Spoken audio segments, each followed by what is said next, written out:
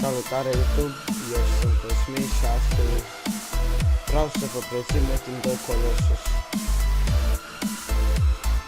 Să începem cu începutul, General Shop. Diverse, avem raid-uri, resetare, skill-uri, babezeni, fructul vieții, papuși de vânt, elixiruri, bonusuri, mască, marmură. Aici sunt toate funcțiile. Vedeți voi.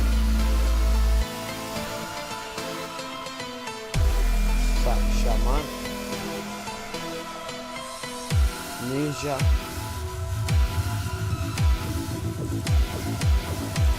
sura,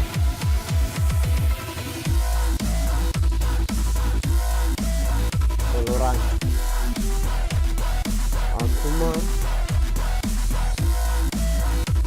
la bătrânelul ăsta luați tot ce vreți, luați cal, luați experiență și faceți level, ia skill-uri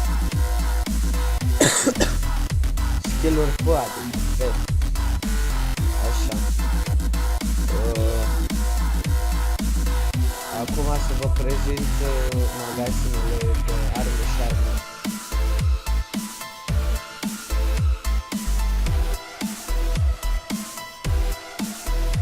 Totul este plus 9.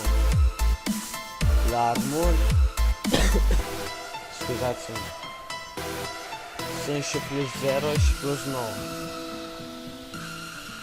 Depinde cum vrei. Evoluțiile sunt foarte ușor de făcut. Uitați. Hop, ok. Gata, poți să dați.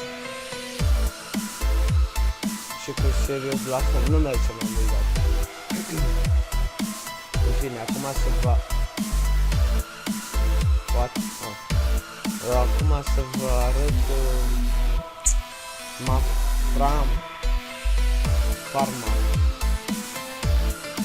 Da.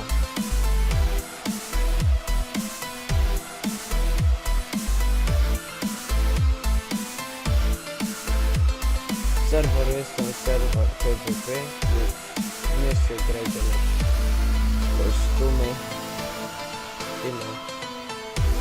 Aici, în farma, bătesc pietre Metin și trebuie să colectați ce vă arăt aici. 50 de buruieni verzi și cu 50 de ornamente rubin. Exemplu. Și vă dă lada aceasta, din ladă pică costum.